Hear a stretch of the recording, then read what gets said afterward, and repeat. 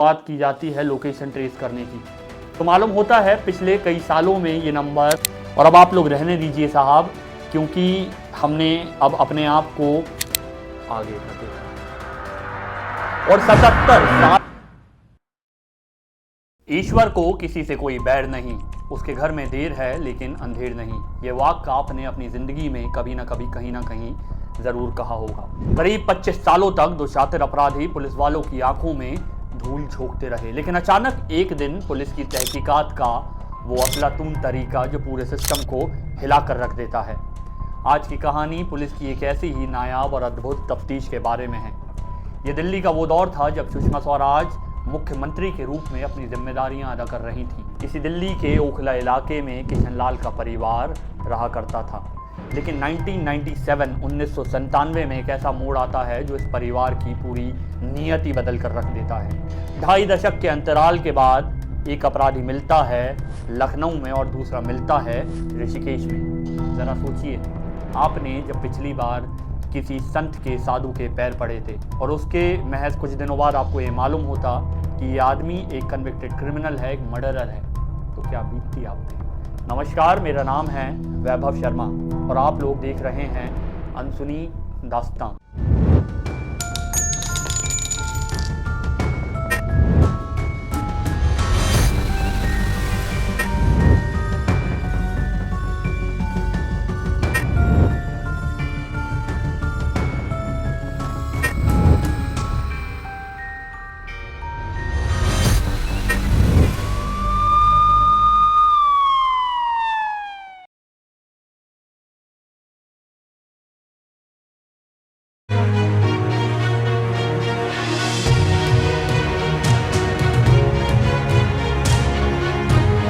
साल था 1997 का।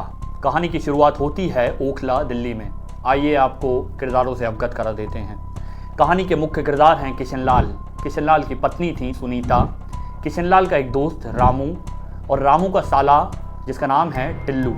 इस कहानी के 2 किरदार और हैं, अशोक यादव और ऋषिकेश में रहने वाले साधु बाबा। घटना है आज से ठीक 26 साल पहले की फरवरी 1997 की। वो खास साल जब किशनलाल की पत्नी सुनीता पेट से थी और मनी मन कई बातें किया करती थी क्योंकि उनके घर में एक नया मेहमान आने वाला था। उनकी ज़िंदगी खुशहाल तो चल ही रही थी और बेहतरीन चकाचक होने वाली थी, लेकिन जैसे अंग्रेज़ी भाषा में कहा जाता है, change is the only constant, परिवर्तन ही एकमात्र स्थायी सच है। और इसी के चलते 4 फरवरी की शाम सुनीता को पता चलता है कि उसके पति किशनलाल की किसी ने 24 बार चाकू मारकर हत्या कर दी। खबर सुनकर ओखला पुलिस मौके पर पहुंचती है, लाश को अपने अंडर लेती है और भेज देती है पोस्टमार्टम के लिए।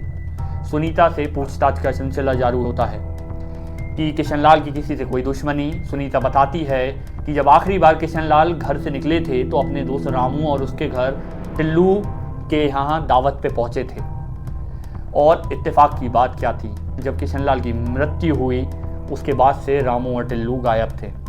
पुलिस सुनीता के बयान के आधार पर रामू और टिल्लू की तलाश शुरू करती है, लेकिन रामू मिल नहीं रहा, टिल्लू मिल नहीं रहा। पुलिस अपने मुखबिरों को काम पे लगाती है, लेकिन देखते ही देखते कुछ हफ्ते बीतते हैं और करीब 4 महीने बीत जाते हैं। आता है 5 मई 1997 और अदालत रामू और टिल्लू को अपराधी के साथ साथ भगौड़ा भी घोषित कर देती है। अब दोनों मिल नहीं रहे, पुलिस ने अपने सारे घोड़े दौड़ा लिए, लेकिन जब कोई दोषी होगा नहीं तो मामले की कार्यवाही आगे बढ़ाई नहीं जा सकती। इसी बीच सुनीता अपने बेटे को जन्म देती हैं। धीरे धीरे वक्त बीतता है और उसके पति को इंसाफ मिले इसकी लड़ाई वो लगातार लड़ती रहती है। अब बेटा भी दूसरे हाथ पे बड़ा हो रहा है और पहले तो पुलिस भी ज़ोर शोर से काम करती है, लेकिन जैसे जैसे पुलिस के पास दूसरे केसेस आते हैं, ये केस बाकी केसों की तरह ठंडे बस्ते में चला जाता है। लेकिन आप विडंबना देखिए, पुलिस रामू को और टिल्लू को ढूंढ रही है, लेकिन उनके बारे में रत्ती भर जानकारी नहीं जुटा पाती। इधर सुनीता अब समझ चुकी थी कि केस में कोई प्रोग्रेस है नहीं और वो भी थक हार कर अब दूसरे हाथ पे जब उनका लड़का बड़ा हो रहा था तो उसकी बेहतर ज़िंदगी के लिए पुलिस स्टेशन के अदालत के चक्कर काटना छोड़ देती हैं। कुछ वक्त बीतता है और साल आता है 1997 से 2022 और अब वो ये मान चुकी हैं कि शायद उनकी ज़िंदगी में इंसाफ कभी था ही नहीं। अब इधर ओखला के पुलिस स्टेशन में एक नए इंस्पेक्टर साहब का तबादला होता है। आते हैं, एक नई टीम बनाते हैं और कहते हैं चलिए कुछ पुराने केसेस पे काम किया जाए, सुलझाएंगे, जेम्स बॉन्ड बन जाएंगे। और इसी के चलते एक डेडिकेटेड टीम का चयन किया जाता है और इन्हीं पुराने केसेस पे ये टीम पुख्ता रूप से काम करेगी। अब इसी दौरान इस टीम के हाथ लगती है 24 साल पुरानी फाइल किशनलाल के मर्डर की, जिसमें 2.5 दशक के बाद भी अपराधी रामू और टिल्लू गायब थे। लेकिन अब ये टीम फाइल पढ़ती है तो पहुंचती है किशनलाल के निवास पे। वहां पहुंची तो मालूम हुआ कि सुनीता अब यहाँ रहती नहीं है, तो दूसरे लोगों की, आसपास के लोगों की मदद से सुनीता तक पहुंचा जाता है। सुनीता से बातचीत की, जानकारी ली तो वो कहती है अब तो ऐसा लगता है कि शायद ये कोई दूसरी ज़िंदगी थी और अब आप लोग रहने दीजिए साहब, क्योंकि हमने अब अपने आप को जो हमारे पास है उससे संतुष्ट कर लिया है। लेकिन वही सुनीता के बगल में एक लड़का खड़ा था जिसकी उम्र करीब 22-23 साल थी। वो कहता है मैं आपकी मदद करूंगा। पुलिस वाले पूछते हैं बेटा तुम कौन हो, तो वो बताता है कि मैं उन्हीं किशनलाल का बेटा हूँ। तफ्तीश शुरू होती है और अब पुलिस को लगा कि 24 सालों के बाद इस केस को सुलझाना बहुत मुश्किल होगा, क्योंकि तमाम उस ज़माने के जो आईओ थे, इन्वेस्टिगेशन ऑफिसर थे, पुलिस वाले थे, उन सभी लोगों का ट्रांसफ़र हो चुका था और कई लोग तो उसमें से रिटायर भी हो चुके थे। लेकिन उस फाइल की मदद से पुलिस की टीम जाती है उस ज़माने के इन्वेस्टिगेशन ऑफिसर के पास। वहाँ पहुँचे तो एक छोटी सी जानकारी मालूम होती है कि रामू का बड़ा भाई उस समय पे, उस ज़माने में दिल्ली के तुगलकाबाद इलाके में रहा करता था और अब 24 साल बाद पुलिस सादा वर्दी में रामू के भाई के निवास पे पहुंचती है। वहां पहुंची तो एक बात पता चली कि वहां पे मातम का माहौल। पुलिस ने पूछा कि हुआ क्या, तो मालूम होता है कि रामू की मां की रोड एक्सीडेंट में, रोड हादसे में मौत हो गई, मृत्यु हो गई।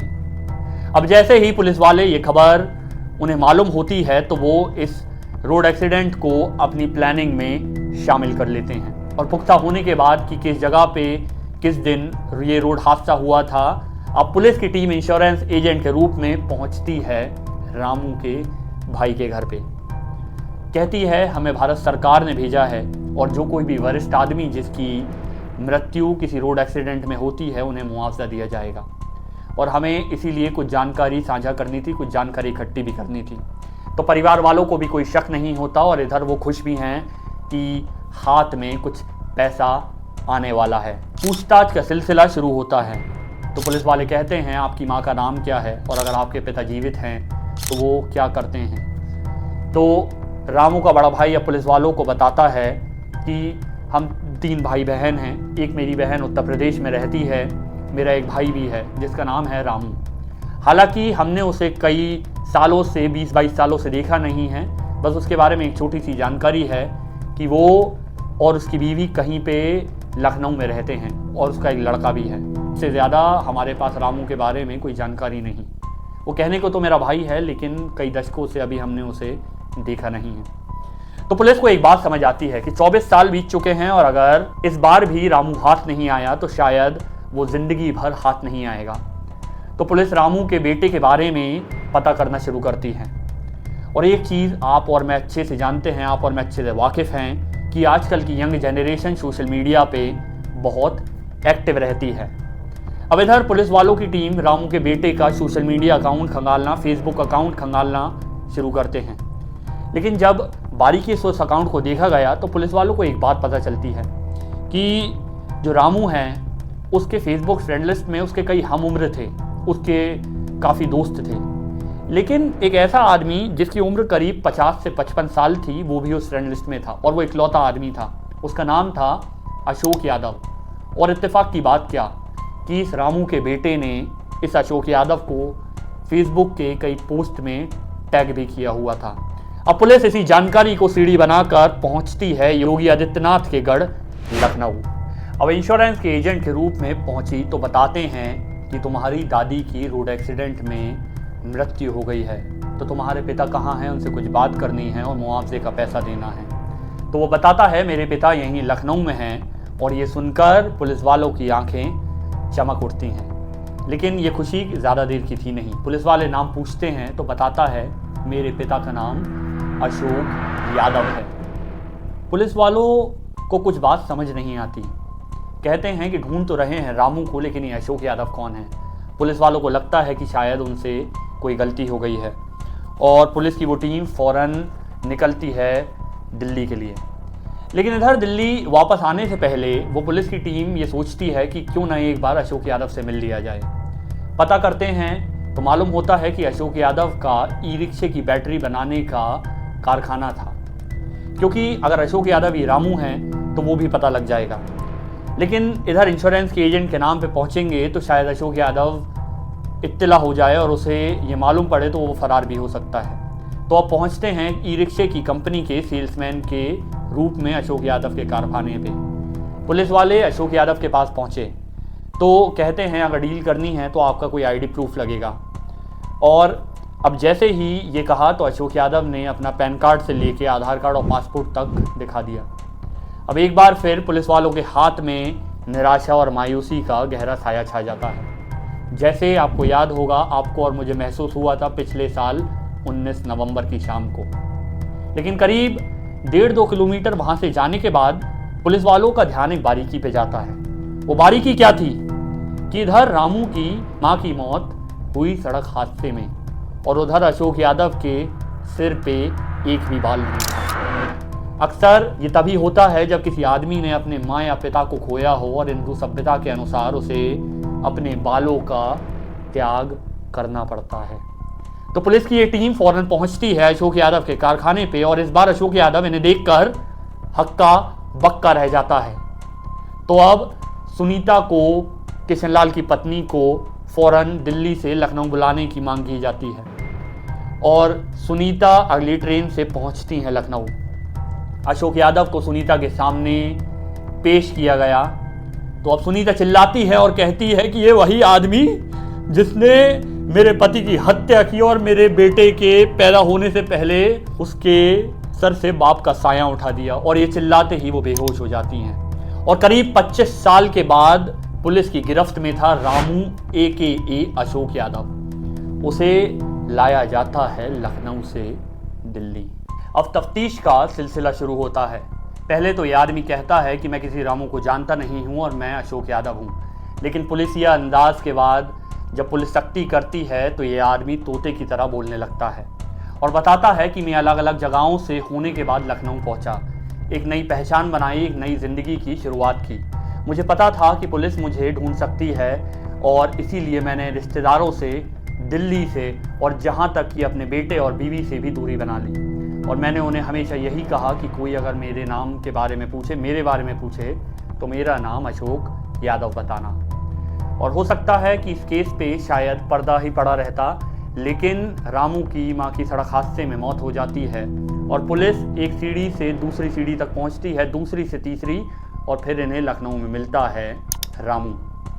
अब लेकिन रामू इनके हाथ में तो था, लेकिन अब भी दूसरा अपराधी, दूसरा कातिल टिल्लू, उसके बारे में पुलिस के पास कोई जानकारी नहीं थी। अब पुलिस रामू से जानकारी इकट्ठी करना शुरू करती है तो बताता है कि मेरी टिल्लू से आखिरी बार बात करीब 16 साल पहले हुई थी और उस समय जब मेरी उससे बात हुई तो वो कहता था कि मैं अब साधु बन चुका हूँ, कभी किसी धर्मशाला में रहता हूँ, कभी कहीं पे रहता हूँ और खाने का क्या है, कभी कोई खिला देता है, कभी भंडारे में खाना खा लेता हूँ। तो अब इसी बात को पुलिस की टीम नोट करती है और रामू एक दूसरी जानकारी और देता है। वो बोलता है कि टिल्लू को भंडारे का खाना बहुत पसंद है, क्योंकि जब भी मेरी बात होती थी वो भंडारे के खाने का जिक्र हमेशा किया करता था। लेकिन दिक्कत ये थी कि टिल्लू शादीशुदा था नहीं, तो उसकी बीवी थी और ना ही कोई उसका बच्चा था और सालों के बाद अब वो होगा भी कि नहीं इसके बारे में भी कोई जानकारी नहीं थी। हुलिये का तो सवाल ही पैदा नहीं होता। लेकिन इसी बीच पुलिस को मुखबिर के जरिए एक जानकारी मिलती है। वो जानकारी क्या थी कि इस टिल्लू का असली नाम रामदास है और इस रामदास की आईडी पे 5 साल पहले एक सिम ली गई थी। CDR के माध्यम से उस सिम के नंबर को खंगाला जाता है, शुरुआत की जाती है लोकेशन ट्रेस करने की। तो मालूम होता है पिछले कई सालों में ये नंबर कई दफ़ा कन्याकुमारी, मथुरा, काशी, हरिद्वार, ऋषिकेश और कश्मीर तक गया था। तो पुलिस की टीम फौरन हरकत में आती है और पहुंचती है ऋषिकेश, देवभूमि, क्योंकि आखिरी बार ये नंबर वहीं पे एक्टिव पाया गया था। पुलिस की टीम एक धर्मशाला से दूसरी धर्मशाला जाती है, दूसरी से तीसरी, ऐसे देखते ही देखते कई सारी धर्मशालाओं को खंगाल देती है।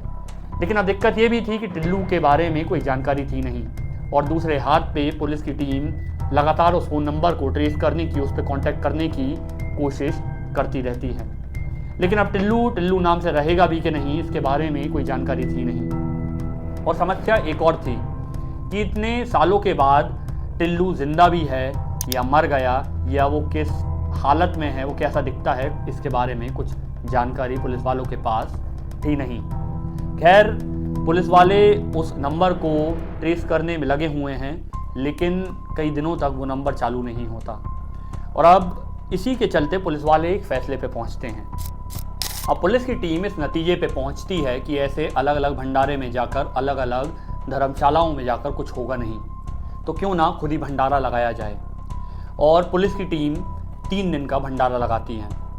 अब पहले दिन जो लोग आते हैं उन पे नज़रें बनाए रखते हैं पुलिस वाले, क्योंकि खतरा हो सकता है और नहीं भी।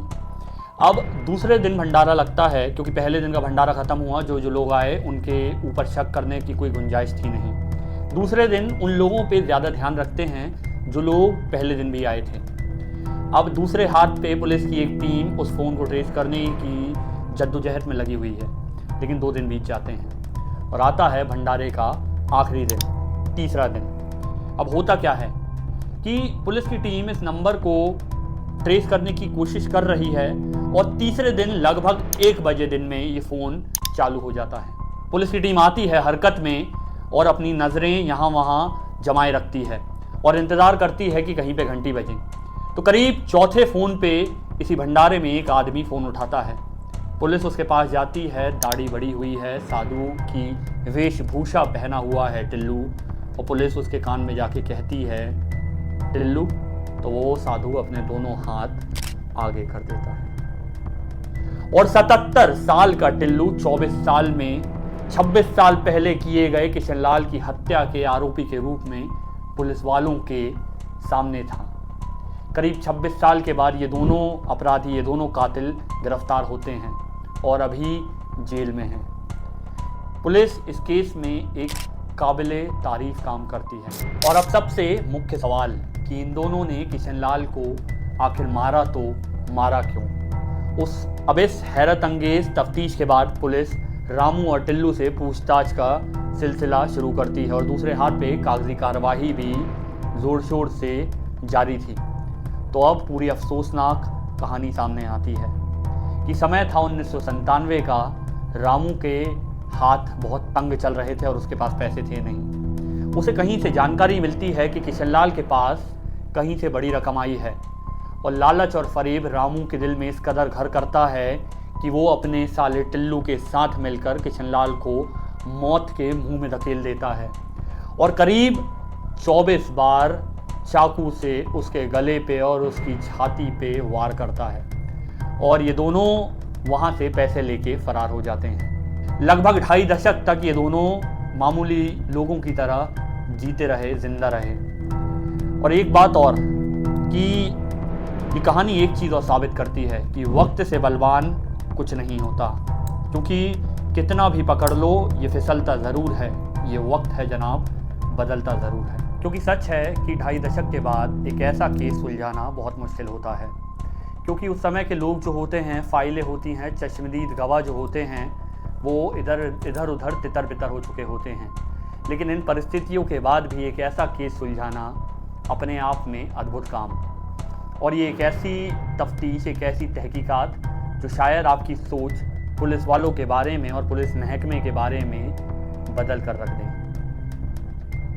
एक शेर याद आता है कि पुलिस वालों की ज़िंदगी का भी अजब फसाना है, पुलिस वालों की ज़िंदगी का भी अजब फसाना है, तीर भी चलाना है और परिंदे को भी बचाना है। तो ये थी आज की एक अनसुनी, अद्भुत और नायाब तफ्तीश की कहानी। एक ऐसी कहानी जिसमें पुलिस ने काबिल तारीफ काम किया। और अब आप हमें इजाज़त दें अनसुनी दास्तान में इसी तरह और भी कहानियों और किस्सों के साथ आपके समक्ष हाजिर होते रहेंगे, आपके बीच आते रहेंगे। तो हमें लाइक करें, शेयर करें और सब्सक्राइब करें, और ये वीडियो अपने परिवार वालों के साथ, अपने दोस्तों के साथ शेयर करें, और सबसे ख़ास बात, अपने आप को महफूज रखें। और जब तक हम मिलें अगली बार, तब तक के लिए जय श्री राम, धन्यवाद और जय हिंद।